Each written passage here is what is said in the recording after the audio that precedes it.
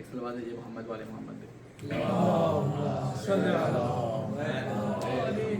اعوذ باللہ من الشیطان اللعین الرجیم، بسم اللہ الرحمن الرحیم، لا حول ولا قوة الا باللہ العلی العظیم، نحمدہ ونستعینہ ونستغفرہ ونشکرہ ونتوسل الیہ ونتوکل علیہ، نصلی ونسلم علی خیرتہ فی خلقہ، حافظ سرہ ومبلغ رسالاتہ، سیدنا و نبینا ابی القاسم محمد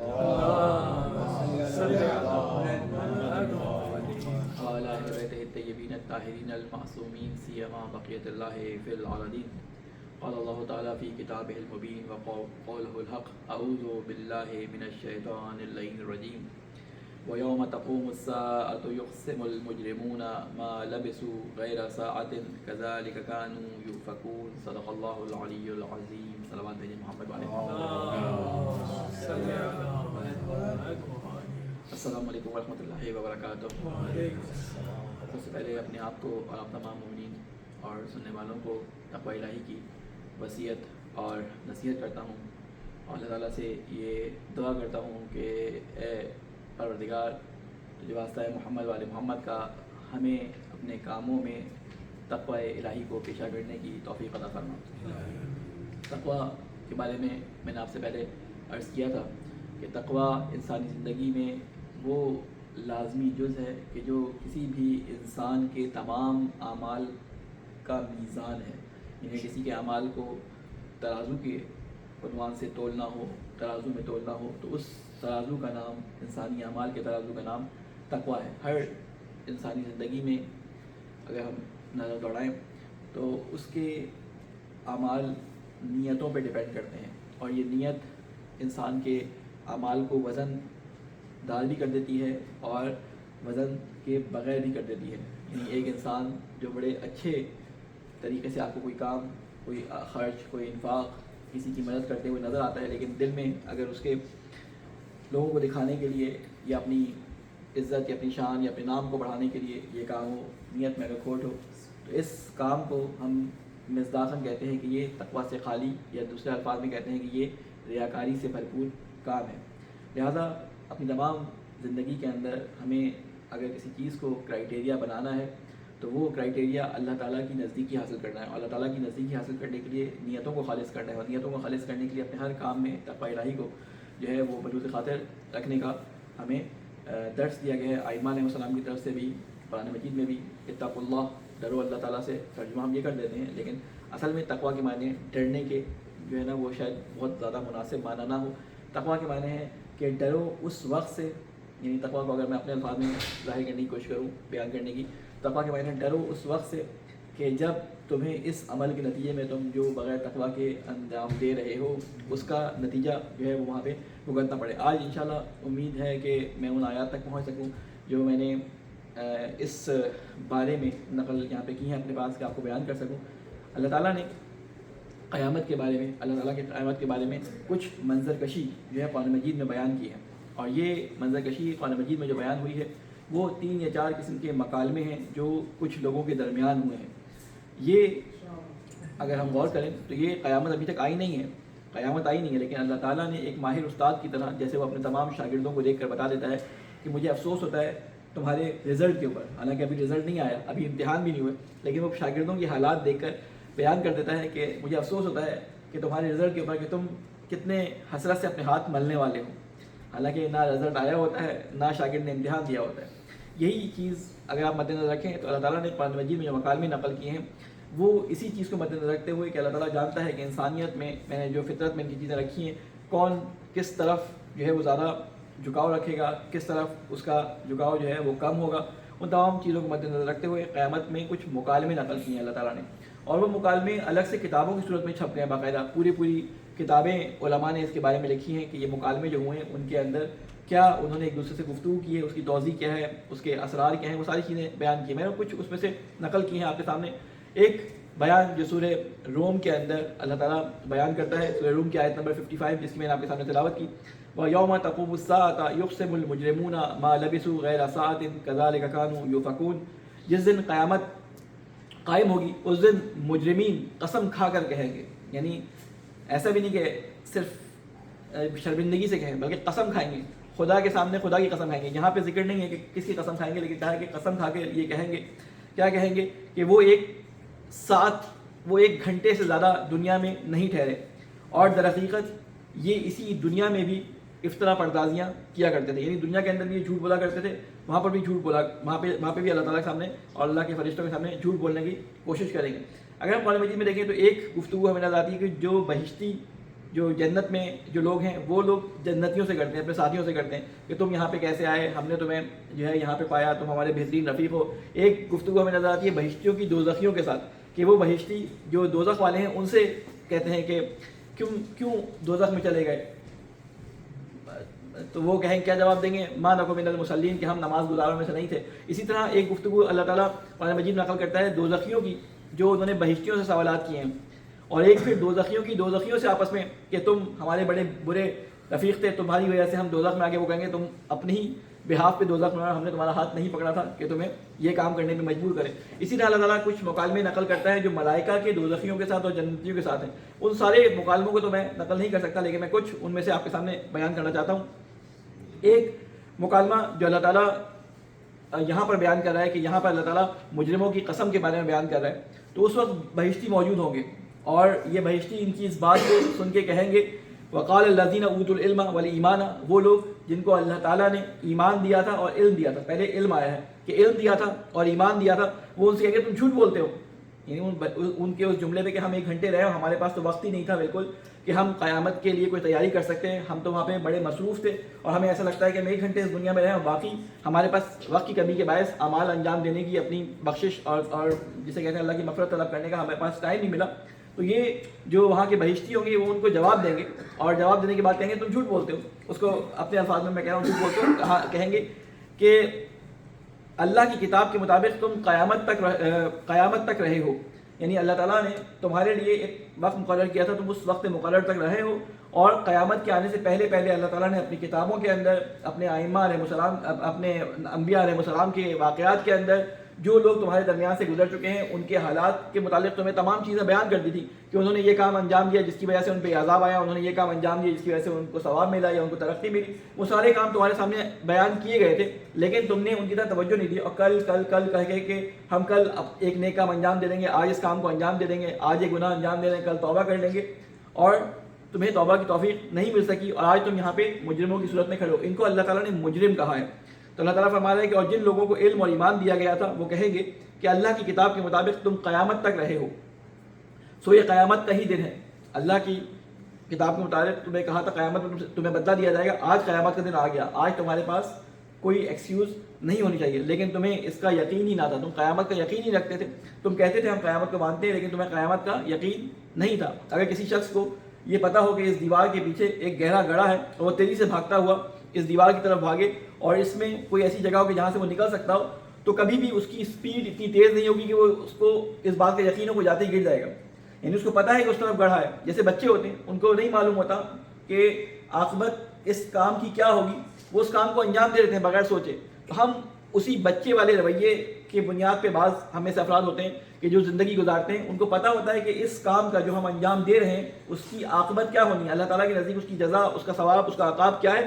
لیکن اس کے باوجود ہم اس کام کو انجام دیتے ہیں اور اپنے نیت جو ہماری ہوتی ہے وہ کیا کرتے ہیں کہ ہم توبہ کر لیں گے. ابھی مثلا جو ہے وہ شبہ قدر آئیں گی اس کو توبہ کر لیں گے، ابھی عرفے کا دن آئے گا اس میں توبہ کر لیں گے، ابھی حج پہ جائیں گے اس میں توبہ کر لیں گے، لیکن توفیق نہیں ہو پاتی. بعض دفعہ علماء جو ہے وہ کچھ شیطان کی اپنے چیلوں کے ساتھ گفتگو نقل کرتا ہے، تو وہ آیت جس میں اللہ تعالیٰ نے کہا کہ تم جب کوئی گناہ کرو تو میری طرف توجہ کرو، میں تمہارے سارے گناہوں کو معاف کر دوں گا اور تمہیں جو ہے وہ اپنی مغفرت میں داخل کر لوں گا. تو کہتے ہیں کہ جب یہ آیت نازل ہوئی تو اس کی شان نزول میں یہ روایات آئی ہیں کہ شیطان نے اپنے ساتھیوں کو بلایا اور کہا کہ اللہ تعالیٰ کی مخلوق کو، عالم کی اولاد کو بھڑکانے کے لیے میں نے اتنے سارے پلانس بنائے، ان کو اتنے نئے طریقوں سے جو ہے اپنی طرف بلانے کی کوشش کی. اللہ نے یہ آیت نازل کر کے مجھے مایوس کر دیا. تو اس کا ایک چیلا یہ کہتا ہے، یہ اپنے الفاظ میں بیان کر رہا ہوں، اس کا ایک چیلا یہ کہتا ہے کہ کوئی بات نہیں، اللہ تعالیٰ نے اس کو اگر معافی کا اعلان کر بھی دیا ہے تو میں اس کے اندر ایک ایسی آرزو پیدا کر دوں گا، ایک ایسی امید پیدا کر دوں گا کہ جس کی وجہ سے وہ آئندہ توبہ کرنے کی اس کو توفیق حاصل ہی نہیں ہو پائے گی. شیطان نے ادھر دیکھا، کسی اور کے پاس کوئی جواب، کسی نے کوئی جواب نہیں دیا، تو اس نے اس اپنے چیلے کو بلایا یہ انسانوں میں سے ہوتا ہے یا جنوں میں سے نہیں معلوم, اس کو اپنے گلے سے لگایا اور اس کے ماتھے کا بوسہ لیا کہ تم نے بڑا زبردست کام کیا.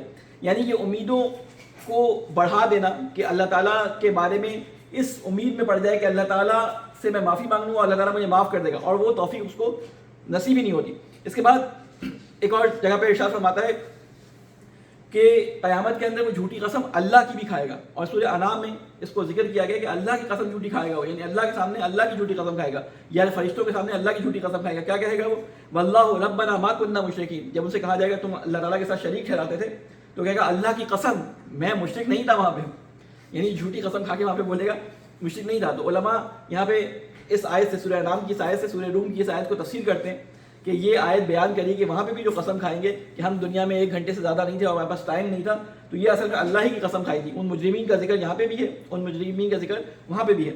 اس کے بعد فرماتے ہیں انظر کیف کذبوا علی انفسہم وضل عنہم ما کانوا یفترون, کہ اے رسول دیکھو ان کو کہ اپنے اوپر یہ کیسا جھوٹ باندھ رہے ہیں, اللہ تعالیٰ بھی جھوٹ باندھ رہے ہیں اور اپنا جھوٹا ہونا اپنے آپ کا ثابت کریں کہ کس طرح ان کا افطرا حقیقت سے ان کو دور لے گیا. یعنی یہ جھوٹ باندھتے ہیں, دنیا میں بھی جھوٹ باندھتے تھے, یہی جھوٹ ان کو آج حقیقت سے کتنا اس دن بھی دور لے گیا تھا, آج بھی ان کو حقیقت جو جنت ہے حقیقت کی صورت میں اس سے دور لے گیا ہے. تو یہ اللہ تعالیٰ کی طرف سے ہمیں بیان کیا جا رہا ہے کہ وہاں پہ تمہیں کس کٹہرے میں کھڑے ہونا ہے. 4 یا 5 قسم کے جو ہے وہاں پہ لوگ موجود ہیں جو قیامت کے دن موجود ہوں گے. ایک وہ جو ایمان لے کر آئے اور اس کے مطابق عمل کرتے رہے, ٹھیک ہے, جسے آپ مومن کہتے ہیں.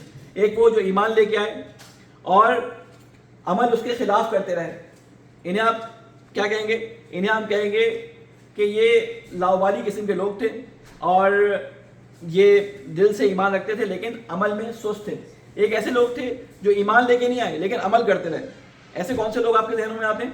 قرآن مجید میں ان کا ذکر ہے بہت کثرت سے کہ جو ایمان لے کے نہیں آئے لیکن عمل بڑا زبردست کرتے تھے.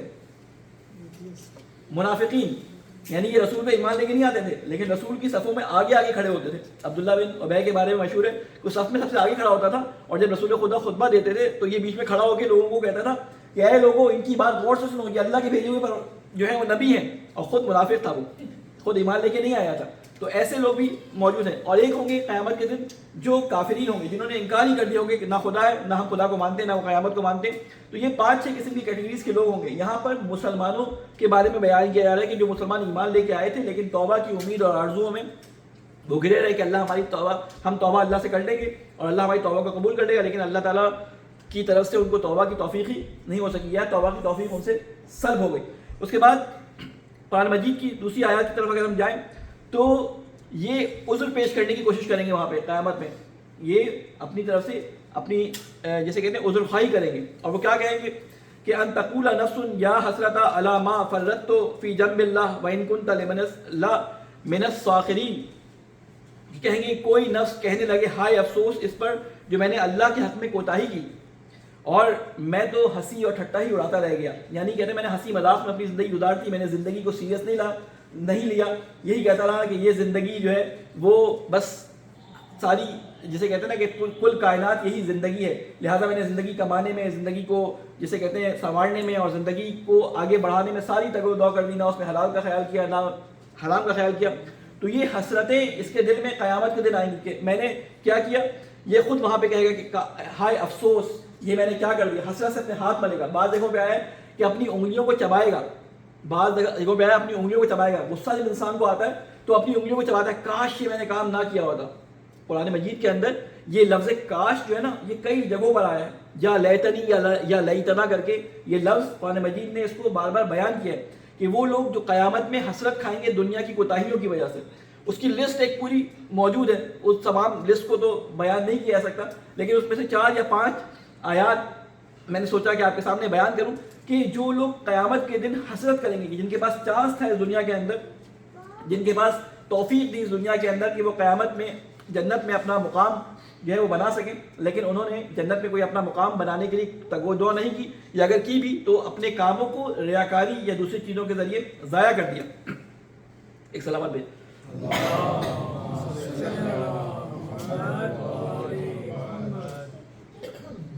اس سے پہلے کہ میں ان لوگوں کو بیان کروں, ایک چیز آپ سے درخواست ہے کہ ہمارے جو پچھلے خطبات جمعہ تھے ان کے اندر جہاں میں نے آپ سے سیرت النبی کا بیان کیا تھا، تقریباً ہمارے 25 یا 30 خطبے ہمارے سیرت النبی پہ تھے، ان سیرت النبی کے خطبوں میں آپ کے ذہن میں سیرت النبی کچھ ذہن میں رہ گئی ہوگی. آپ کو وہ سارے واقعات یاد ہوں گے کہ انبیاء علیہ السلام کے ساتھ جو ساتھی تھے اور ہمارے نبی کے ساتھ جو ساتھی تھے ان میں کیا فرق تھا. ٹھیک ہے، تو اس میں جو ایک بڑا طبقہ جس نے نبی علیہ السلام کو نقصان پہنچانے کی کوشش کی، ان میں سے ایک تو تھے منافقین جو مسلمانوں کے صفوں میں گھسے ہوئے تھے. ایک وہ لوگ تھے جو منافق نہیں تھے، جو مسلمان تھے لیکن سادہ لوح مسلمان تھے.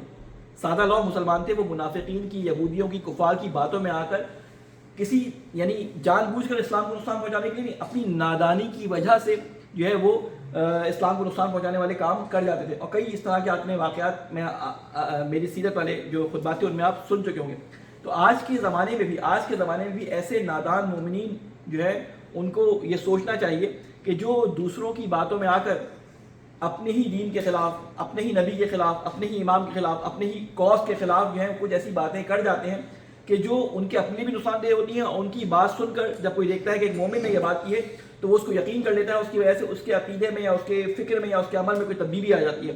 تو ان چیزوں کو جو ہے بیان کرتے وقت خاص طور پہ بڑا احتیاط سے کام لیں. یہ اس لیے بیان کر رہا ہوں کہ آج کل جو ہمارے پاس سلسلہ ہے کہ یہ واٹس ایپ میسیجز اور فیس بک میسیجز ایک جگہ سے آتے ہیں اور دوسری جگہ فارورڈ کر دیے جاتے ہیں، غلط اطلاعات نہ سمجھی کی بنیاد پر دشمن کی طرف سے پلانٹڈ، ان کا ایک جسے کہتے ہیں نا کہ ایک ہمارے اوپر ایک ٹاسک ہوتا ہے وہ ہم خود ہی اپنے لوگوں تک پہنچا دیتے ہیں.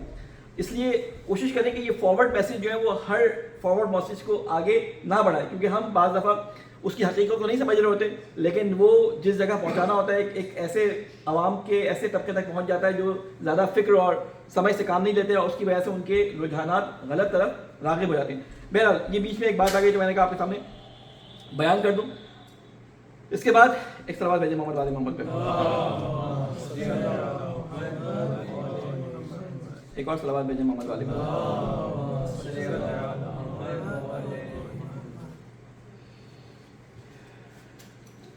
یہاں پہ مجرمین جو ہیں ان کے کچھ اقوال جو ہیں وہ آپ کے سامنے پہلے بیان کر دوں، جس میں انہوں نے کہا ہے کہ کاش اگر ہم یہ کام کر لیتے یا اللہ تعالیٰ کی یہ مدد ہمارے پاس ہو جاتی تو ہم جو ہے وہ اس دنیا میں جو ہے اس قیامت اور آخرت کے اس منظر کے اندر کامیاب ہو کے جنت میں داخل ہو پاتے.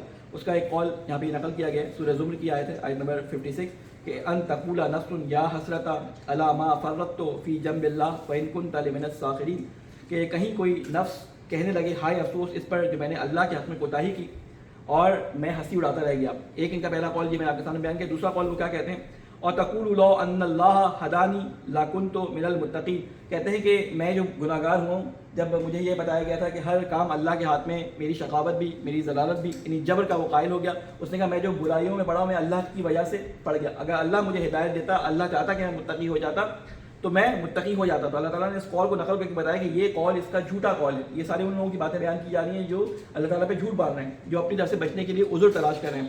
تو یہ کہیں گے کہ اللہ تعالیٰ کی وجہ سے جو ہے وہ میں متقی نہیں ہوا اور میں گمراہی میں پڑھ کے اس جہنم کے اندر گر گیا ہوں. اس کے بعد ایک اور جگہ سورہ زمر میں ہی ارشاد ہوتا ہے، یہ ترتیب سے آیات ہیں، وہ فرماتے ہیں کہ یہ لوگ کہتے ہیں کہ اور تقول حین تری العذاب لو ان لی کرۃ فاکون من المحسنین، کہتے ہیں کہ جس وقت وہ عذاب کو دیکھیں گے تو کہیں گے کاش مجھے میسر ہو جائے دنیا میں واپس لوٹنا، یعنی حسد کریں گے دوبارہ دنیا میں آ جائیں اور وہاں پہ جا کر میں دوبارہ سے نیک ہو جاؤں. تو اللہ تعالیٰ اس کے بعد مختلف جگہوں پہ قرآن مجید میں اور ان آیات کے بعد بھی فرماتا ہے کہ اگر یہ دنیا میں دوبارہ جائیں گے تب بھی یہ اسی طرح سے کام انجام دیں گے جیسے وہ پہلے انجام دیتے تھے، کیونکہ انسان کی فطرت ہے کہ جب اس کو آزادی مل جاتی ہے تو وہ دوبارہ سے برائیوں میں پڑ جاتا ہے، اور جب اس کے اوپر سختی آتی ہے تو وہ اللہ کو یاد کرتا ہے اور اپنے گناہوں کی توبہ کرنا شروع کر دیتا ہے. اس کی مثال اللہ تعالیٰ نے خود قرآن مجید میں دی ہے کہ جب کوئی انسان کسی دریا میں سفر کر رہا ہو اور دریا میں سفر کرتے کرتے اس کی کشتی جو ہے طوفان میں پھنس جائے تو وہ آخر میں جب کوئی امید اس کو نہیں باقی بچتی تو وہ اللہ تعالیٰ سے دعائیں، استغفار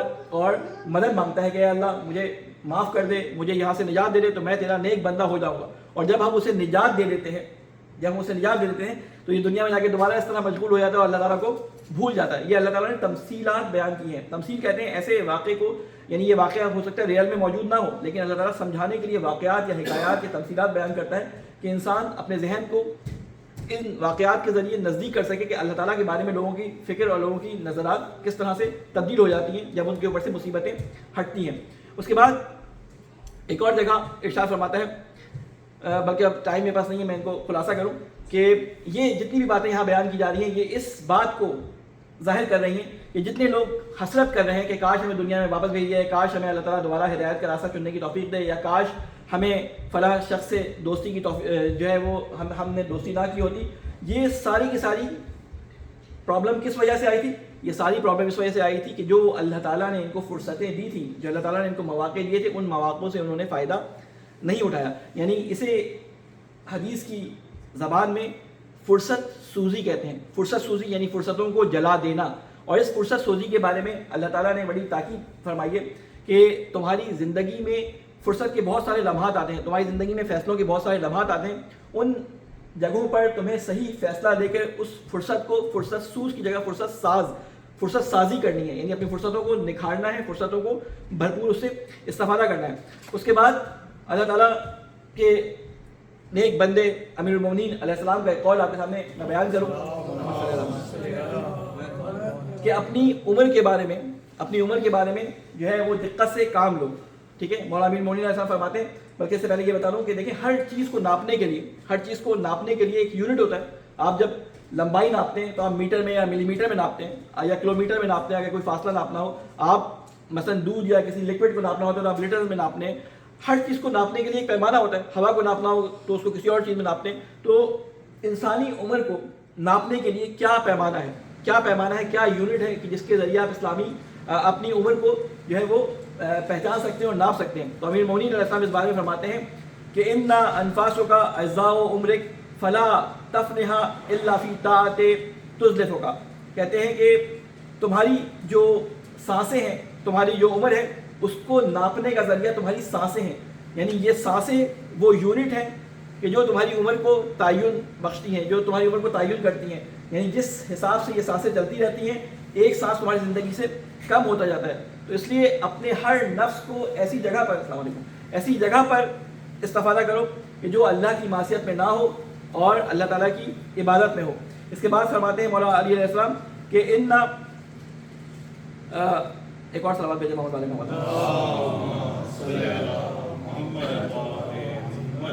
فرماتے ہیں کہ ان کو طاعت خدا میں جو ہے وہ طاعت خدا میں گزارو اور ان کو جلاؤ نہیں، یعنی فرصت سوزی نہ کرو، ان لمحات کو ضائع نہ ہونے دو.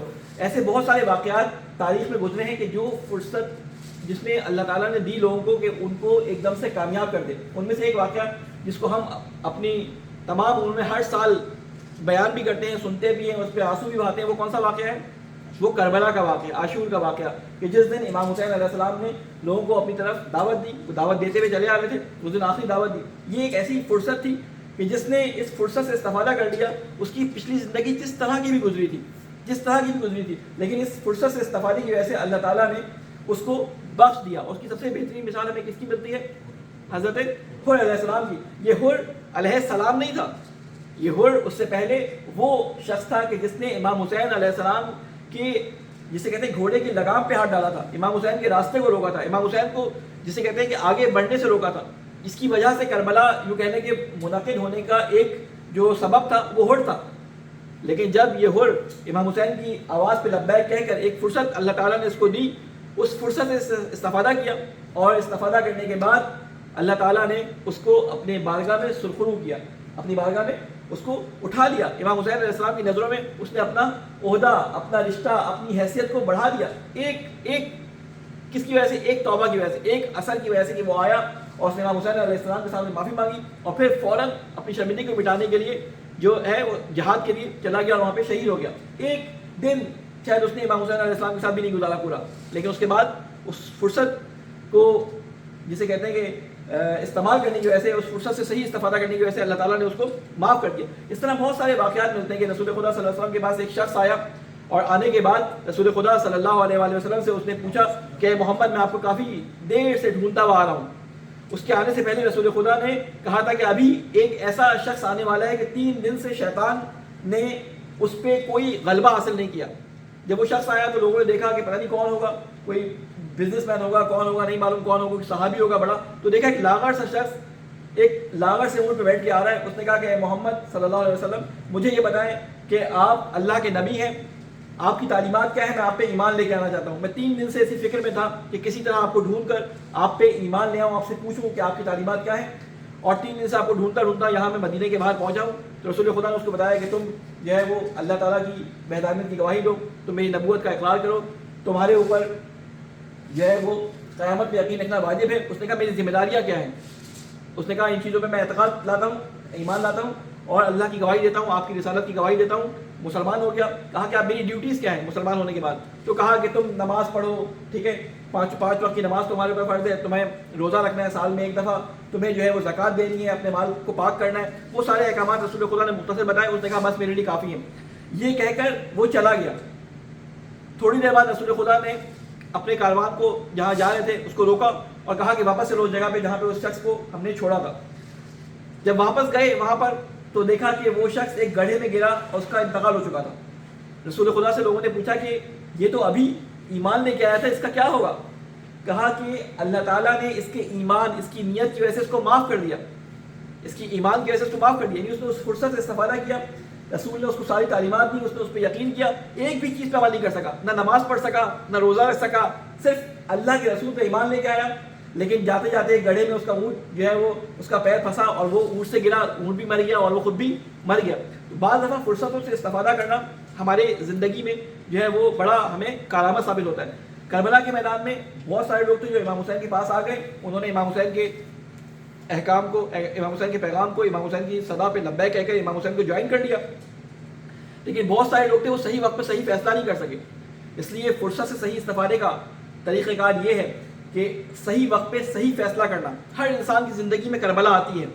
اس کربلا کو اس میں اس نے ہمارے ساتھ بننا ہے یا اس نے خود بننا ہے، اس کو خود فیصلہ کرنا پڑتا ہے.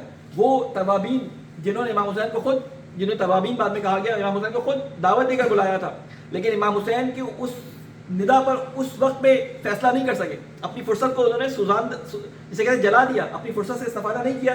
لیکن ہوا کیا؟ جیسے کربلا والے شہید ہوئے تھے، کفن پوش، خون میں جسے کہتے ہیں کہ ان کی گردنیں اور ان کے جسم خون میں ڈوبے ہوئے تھے، جس طرح ان کے جسموں کو جو ہے وہ تلواروں کے زخم آئے تھے، اسی طرح ان کو بھی قتل کیا گیا. ان کے جسم بھی خون میں ڈوبے، ان کو بھی تلواروں سے قتل کر کے جو ہے وہ میدان میں پھینک دیا گیا. وہی انجام ہوا جو کربلا والوں کا انجام ہوا. لیکن دونوں کا عاقبت ایک ہے نہیں. انہوں نے صحیح وقت پہ صحیح فیصلہ کیا، امام حسین کے ساتھ شہید ہو. وہ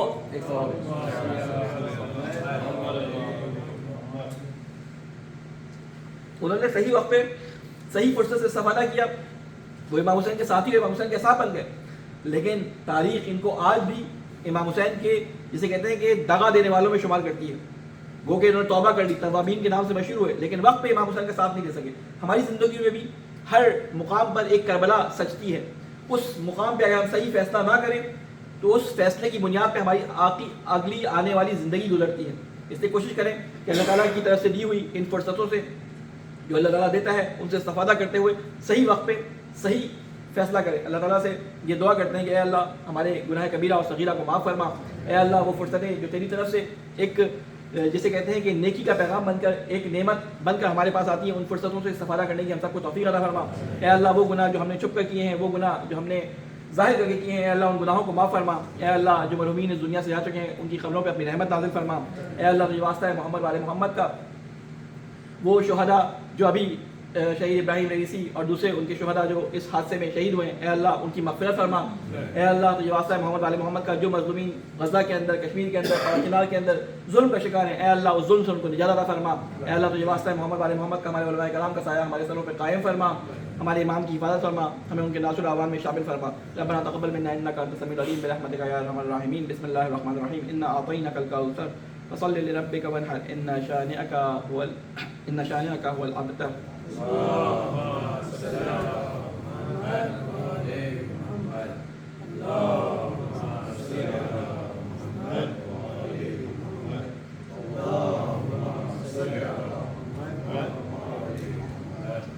اللهم صل على محمد وآل محمد. اللهم صل على محمد وآل محمد. بسم الله الرحمن الرحيم. الحمد لله رب العالمين والصلاة والسلام على سيدنا ونبينا حبيب قلوبنا أبي القاسم المصطفى محمد وعلى آله سبيل الطاهرين المنتجبين سيما علي أمير المؤمنين والصديقة الطاهرة فاطمة الزهراء سيدة النساء العالمين والحسن والحسين سيدي شباب أهل الجنة وعلي بن الحسين ومحمد بن علي وجعفر بن محمد وموسى بن جعفر وعلي بن موسى ومحمد بن علي وعلي بن محمد والحسن بن علي والخلف القائم المهدي حجتك على عبادك وأمناؤك في بلادك أوصيكم عباد الله ونفسي بتقوى الله اللهم اغفر للمؤمنين والمؤمنات والمسلمين والمسلمات الأحياء منهم والأموات تعب بيننا وبينهم بالخيرات إنك مجيب الدعوات إنك على كل شيء قدير. السلام علیکم ورحمۃ اللہ وبرکاتہ. سب سے پہلے اپنے آپ کو اور تمام مومنین مومنات اور سننے والوں کو تقوی الہی کی وصیت اور نصیحت کرتا ہوں اور اللہ تعالیٰ سے دعا کرتا ہوں کہ ہم جو اعمال انجام دیتے ہیں اے اللہ ان اعمال کو تقوی الہی کے مطابق انجام دینے کی ہم سب کو توفیق عطا فرما. آپ کو معلوم ہے کہ جو مناسبات جو ابھی گزری ہیں ان میں سب سے بڑی مناسبت اس وقت جو سب سے نزدیک گزری ہے وہ امام رضا علیہ السلام کی ولادت بسعادت تھی. ہمارے 8ویں امام مولا علی بن موسیٰ رضا کہ جن کی 11 ذی القعدہ کو شب ولادت تھی ابھی گزری ہے. میں چاہتا ہوں کہ مولا امام رضا علیہ السلام کے جو ائمہ علیہ السلام میں ایک نگینے کی طرح چمکتے ہیں ان کا جو زندگی کا طریقہ اور ان کے اوپر گزرنے والے حالات جو ہیں وہ ہمارے لیے بڑے مختلف قسم کے پہلوؤں سے ہمارے لیے مختلف قسم کے مشکلات کو جسے کہتے ہیں کہ دور کرنے کے لیے اس میں بڑی ان کی سیرت میں بہت سارے واقعات موجود ہیں. ان کی احادیث اس طرح امام صادق علیہ السلام سے احادیث کثرت کے ساتھ آئی ہیں, امام باقر سے احادیث کثرت کے ساتھ آئی ہیں. اسی طرح امام رضا علیہ السلام سے بہت ساری احادیث واقعات مناظرات اور عقیدتی جسے کہتے ہیں کہ بحثیں امام رضا علیہ السلام سے بہت زیادہ نقل ہوئی ہیں. خصوصاً وہ مناظرات جو امام رضا علیہ السلام کے مختلف علماء جو کہ مختلف مذاہب کے علماء تھے, ان میں مسلمان بھی تھے, ان میں یہودی بھی تھے, ان میں عیسائی بھی تھے, ان میں مختلف اور مذاہب کے لوگ مختلف ادیان کے لوگ تھے, ان سے جو مناظرے آئے ہیں وہ امام رضا علیہ السلام سے ہمیں منسوب نظر آتے ہیں اور تاریخ میں مجالس میں آپ لوگ پڑھتے بھی ہیں اور سنتے بھی ہیں ان کو. وہ انشاءاللہ آپ لوگوں کے ذہنوں میں ہوں گے. میں آج چاہتا ہوں کہ امام رضا علیہ السلام کی طرف سے جو انتظارات ان کو اپنے مومنین سے تھے کہ وہ اپنے مومنین کو کیسا چاہتے تھے, اپنے مومنین سے کیا چاہتے تھے, ان انتظارات کو جسے ہم انتظارات امام رضا کے نام سے حدیث بہت مشہور ہے کہ جو آپ نے شاہ عبدالعظیم حسینی کو ارشاد فرمائے تھے.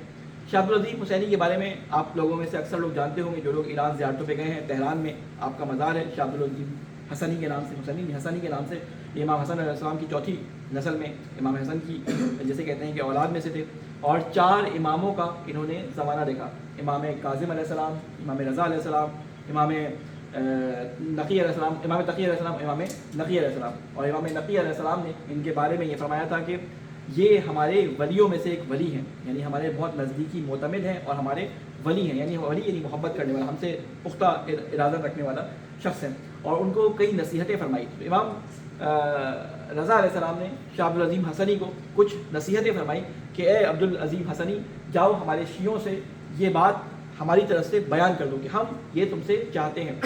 یہ روایت جو ہے وہ شیخ صدوق نے بھی نقل کی, بہار نے بھی نقل کی, علامہ مجلسی نے, اور اس کے علاوہ شیخ مفید نے بھی اس روایت کو نقل کیا. کئی کتابوں میں اور بھی آئی ہے, لیکن مشہور جو علماء جو جنہوں نے اس کو بیان کیا ان میں سے ایک جو ہے روایت میں نے لی ہے وہ بہار الانوار سے لی ہے. بہار الانوار کی جلد نمبر 71 میں یہ روایت موجود ہے 231 پیج پر. اس کا میں نے ترجمہ اور خلاصہ کیا ہے, روایت لمبی تھی. ان میں سے کچھ امام حسین کے, امام رضا علیہ السلام کے انتظارات جو ہم سے ان کو ہیں ان کو میں نے یہاں پہ نقل کیا ہے. سب سے پہلے فرماتے ہیں کہ اے عبدالعظیم حسنی کہ ہم تم سے یہ خواہش کرتے ہیں کہ تم ہمارے شیعوں کے پاس جاؤ اور ان کو یہ پیغام پہنچاؤ. گو کہ یہ نصیحتیں بہت چھوٹی چھوٹی نصیحتیں لیکن ان میں بڑی جسے کہتے ہیں کہ حکمتیں پوشیدہ ہیں. سب سے پہلا جو امام رضا نے ہم سے خواہش کا اظہار کیا وہ یہ تھا کہ ان سے کہو کہ وہ شیطان کو اپنی زندگی میں داخل نہ ہونے دیں, شیطان کو اپنی زندگی میں داخل نہ ہونے دیں. یہ بات تو بڑی چھوٹی سی ہے, لیکن ہم دیکھیں کہ شیطان کو زندگی میں داخل ہونے کا موقع ہم خود دیتے ہیں یا شیطان ہماری زندگی میں خود سے آ جاتا ہے. اگر قرآن مجید کا ہم مطالعہ کریں تو اللہ تعالیٰ نے کچھ کام بتائے ہیں کہ جب کوئی شخص یہ کام کرتا ہے تو ہم ایک شیطان کو اس کا قرین کر دیتے ہیں. میں نے کئی دفعہ وہ آیات آپ کے سامنے پڑھی بھی ہوں گی کہ انسان نے فلاں کام کیا، اس کام کرنے کے نتیجے میں شیطان کو ہم نے اس کا قرین کر دیا. یہ شیطان کبھی جنوں میں سے ہوتا ہے، کبھی یہ شیطان انسانوں میں ہوتا ہے کیونکہ شیاطین جو ہے وہ جنوں میں بھی ہیں اور انسانوں میں بھی ہے. آپ پڑھتے ہیں جنت والناس کہ وہ جن جو جنوں میں سے ہیں، ٹھیک ہے، ہمیں ان کے شر سے بچا جو جنوں میں سے شیاطین ہیں اور جو انسانوں میں سے شیاطین ہیں. تو کہتے ہیں کہ وہ شیاطین ہمارے ان کاموں کی وجہ سے ہمارے قرین ہو جاتے ہیں. اور جب کوئی ہمارا قرین کہتے ہیں ساتھی کو، جو ہمیشہ ہمارے ساتھ رہتا ہے، یہ اس کے ہر فیصلے میں اس کو جو ہے وہ ورغلاتا بھی ہے اور ہر برے کام کی طرف اس کو جو ہے وہ اکساتا بھی ہے. تو کہتے ہیں کہ ہمارے شیعوں سے کہو کہ شیطان کو اپنی زندگیوں میں داخل نہ ہونے دے. اور دوسری بات جو امام نے فرمائی، کہا کہ ان کو سچائی، صداقت، راز گوئی اور حق گوئی کی نصیحت کرو. کہ ہم چاہتے ہیں کہ ہمارا شیعہ سچا ہو، راز باز ہو، رازگو ہو اور حق کہے. حق ضروری نہیں کہ حق بات ہر کوئی کر سکے، سچی بات ہر کوئی کر دیتا ہے، لیکن حق بات کا مطلب یہ ہوتا ہے کہ سچی بات کو ایسی جگہ پہ بیان کرنا کہ جہاں پر ہر کوئی بیان کرتے ہوئے اس کو ڈرے. ہمارے شیعہ کی پہچان یہ ہے کہ اس کام سے نہ ڈرے، چاہے اس سے اس کا رتبہ جائے، چاہے اس سے اس کی جان جانے کا خطرہ ہو یا اس کے مال کے نقصان کا خرچہ ہو، لیکن وہ حق گوئی سے، سچی بات کرنے سے نہ گھبرائے. اس کے بعد امام رضا علیہ السلام فرماتے ہیں اور ان کو اس بات کی تعلیم دو کہ وہ زیادہ سے زیادہ سکوت کی حالت میں رہیں. سکوت یعنی خاموشی اختیار کریں. بہت زیادہ بولنے والا جب انسان ہوتا ہے تو اس کی زبان سے الٹے سیدھے الفاظ نکل جاتے ہیں. آپ روایات میں اگر پڑھیں تو ہمیں ملتا ہے کہ کم وہ انسان اپنے زبان کے پیچھے چھپا ہوتا ہے. جب وہ بولتا ہے تو پتہ چلتا ہے کہ آیا اس کے اندر حکمت چھپی ہوئی ہے یا اس کے اندر بیوقوفی کی باتیں چھپی ہوئی ہیں. اس لیے جب تک انسان خاموش رہتا ہے تو اس کی ہیبت لوگوں پہ قائم رہتی ہے. انسان اپنی زبان کے پیچھے جب وہ بولتا ہے تو اس کو معلوم ہوتا ہے سننے والے کو کہ یہ عقل مند انسان ہے یا بیوقوف انسان ہے. اس کے بعد امام رضا علیہ السلام فرماتے ہیں کہ وہ اپنی دشمنیاں چھپا کر ایک دوسرے سے مسلسل ملتے رہیں، میل جول رکھیں، یعنی آپس میں قرابت داری کریں، ایک دوسرے کے پاس آنا جانا کریں، اپنے رابطوں کو اپنے مومنین کے ساتھ، اپنے رشتہ داروں کے ساتھ قطع نہ کریں. اس کے بعد میں جلدی پڑھوں، ٹائم میرے پاس بہت کم ہے. اس کے بعد فرمایا کہ جب وہ آپس میں گفتگو کریں تو ایک دوسرے کو خوٹ نہ کریں. خوٹ کہتے ہیں فارسی کا لفظ ہے خوٹ، یعنی ایک دوسرے کی شخصیت کشی نہ کریں، ایک دوسرے کی کردار کشی نہ کریں. یعنی لوگوں کو باتیں اس طرح سے بیان نہ کریں کہ ان کی باتوں میں کاٹ ہو جس کی وجہ سے سامنے والے کی شخصیت جو ہے وہ نیچے آ جائے. اس کو کرٹیسائز اگر کرے بھی تو اس کی شخصیت کو نقصان نہ پہنچائے. اس کے عمل کو کرٹیسائز کرے لیکن اس کی شخصیت کو کرٹیسائز نہ کرے. اسی لیے روایات میں ہمیں یہ جملہ ملتا ہے کہ ایک گناہ گار سے اس کے گناہ کی وجہ سے اس شخص سے نفرت نہ کرو بلکہ اس کے گناہ سے نفرت کرو. یعنی شخصیت انسان کے اللہ کے نزدیک بہت معتبر ہے. تو امام رضا علیہ السلام اسی حوالے سے فرما رہے ہیں کہ ایک دوسرے کی شخصیت کو کھوٹ نہ کرو. ہمارے یہاں دیکھا ہے کہ ایک شخص سے اگر بات خراب ہو گئی تو ساری دنیا میں اس کو بدنام کرتے پھرتے ہیں کہ فلاں شخص کے بارے میں تم جانتے ہو وہ ایسا وہ ایسا وہ ایسا. بلا خواتین کے اندر بھی ہوتا ہے کہ اگر ساس سے یا نند سے یا بہو سے کسی کے ساتھ ہو گیا معاملہ خراب تو وہ اس کی کردار کشی تک اتر آتے ہیں یا اتر آتی ہیں، مرد ہو یا عورت. تو یہ چیز اللہ تعالیٰ کے نزدیک پسندیدہ نہیں ہے. امام رضا علیہ السلام نے اس سے منع فرمایا. یہ چھوٹی چھوٹی نصیحتیں جو عام عوام کے کرنے کے لیے انہوں نے کہا کہ ہمارے طرف سے جا کے تاکید کر دو. اس کے بعد یہ فرماتے ہیں کہ جس نے اور آپس میں ایک دوسرے کے ساتھ لڑائی میں مشغول نہ ہو جاؤ. میں نے اپنے ساتھ یہ عہد کیا ہے. امام رضا علیہ السلام فرماتے ہیں کہ میں نے اپنے ساتھ یہ عہد کیا ہے اور وہ عہد میں نے کیا کیا ہے کہ جو شخص ایسا کرے گا، یعنی جو شخص ایسا کرے گا اور میرے ساتھیوں کی مدد کو، جسے کہتے ہیں کہ مدد کو نہ پہنچے گا، ان کو ناراض کرے گا، تو وہ جان لے کہ خدا اس کو آخرت میں سخت ترین سزا دے گا. ہم بھی اس سے راضی نہیں ہیں اور خدا بھی اس کو معاف نہیں کرے گا جب تک کہ خدا کے ساتھ شریک کرنے والا یا میرے دوستوں میں سے کوئی دوست مجھے تکلیف نہ دے یا اس کے دل میں اس کے بغض اس کی فارسی سے ترجمہ کرتے ہوئے جو ہے تھوڑی سی غلطی ہو گئی، میں اس کو اپنے الفاظ میں بیان کر دیتا ہوں. امام رضا علیہ السلام کی اس بات کا خلاصہ یہ کہ ایسی بات لوگوں سے نہ کرے کہ جس کی وجہ سے ہماری دشمنی لوگوں کے دلوں میں بیٹھ جائے. یعنی ہمارے کلام کو بیان کرتے وقت اس کو اس طرح سے بیان نہ کرے کہ ان لوگوں کے دلوں میں ہماری دشمنی بیٹھ جائے. ہماری بات کو ایز اٹ از بیان کرے، نہ کہ ہماری بات کو اپنے الفاظ میں ڈھال کے بیان کرنے کی کوشش کرے جیسے میں بھی کر رہا ہوں. یعنی لیکن میں خیر بات کو آسان کر رہا ہوں، ترجمے کو آسان کر رہا ہوں، لیکن خلاصہ اس کا یہی ہے کہ کہا کہ ہمارے محاسن کلام کو لوگوں تک پہنچا دو. یعنی قصے کہانیاں سنا کر لوگوں کو اپنی طرف ہماری طرف راغب کرنے کی کوشش نہ کرو بلکہ ہمارا کلام ان کو سنا دو. اگر ان میں عقل اور حکمت اور فہم ہوگا تو ہم تک خود بخود کھنچ کے چلے آئیں گے. یہ امام رضا علیہ السلام کی کچھ نصیحتیں تھیں، اور بھی بہت ساری ہیں لیکن ابھی ٹائم ہمارے پاس نہیں ہے، اس لیے انشاءاللہ نیکسٹ ٹائم کبھی ہوا تو اس کو کسی مجلس میں کسی اور جگہ پہ بیان کریں گے۔ اللہ تعالیٰ سے یہ دعا کرتے ہیں کہ اے اللہ تجھے واسطہ ہے محمد والے محمد کا کہ جو شہداء اس حادثے میں جو ابھی پیش آیا، ہیلی کاپٹر گرنے کا جو واقعہ پیش آیا، اے اللہ تعالیٰ تمام شہداء کی مغفرت فرما، خصوصاً ابراہیم رئیسی اور جو دوسرے افراد تھے، اس کے علاوہ جو لوگ غزہ کے اندر شہید ہوئے، اے اللہ ان کی مغفرت فرما، ان کے گناہوں کو معاف فرما۔ اے اللہ تجھے واسطہ ہے محمد والے محمد کا ہمارے گناہ کبیرہ اور صغیرہ کو معاف فرما۔ اے اللہ تجھے واسطہ ہے محمد والے محمد کا ہمارے جو بزرگان اس دنیا سے جا چکے ہیں ان کے گناہ کبیرہ اور صغیرہ کو معاف فرما۔ اے اللہ تجھے واسطہ ہے محمد والے محمد کا جو محفوظ ہیں ان کے قرض غیب سے ادا فرما۔ اے اللہ جو مومنین مشکلات کا شکار ہیں ان کی مشکلات کو دور فرما۔ اے اللہ تجھے واسطہ ہے محمد والے محمد کا ہمیں قرآن فہمی، اپنے رسول سے محبت اور اس کی طرف دعوت دینے والا بنا۔ اے اللہ تجھے واسطہ ہے محمد والے محمد کا ہمارے بچوں، ہمارے بہنوں، ہماری بچیوں کے دلوں میں حب محمد والے محمد کو راسخ فرما۔ اے اللہ علماء کرام کا سایہ ہمارے سروں پر قائم فرما۔ اے اللہ ہمارے امام کی حفاظت فرما، اور ہمیں ان کے ناصر اعوان میں شامل فرما۔ ربنا تقبل منا انک انت السمیع العلیم برحمتک یا ارحم الراحمین۔ بسم اللہ الرحمن الرحیم، قل هو اللہ احد اللہ الصمد لم یلد ولم یولد ولم یکن له کفوا احد۔ اللهم صل على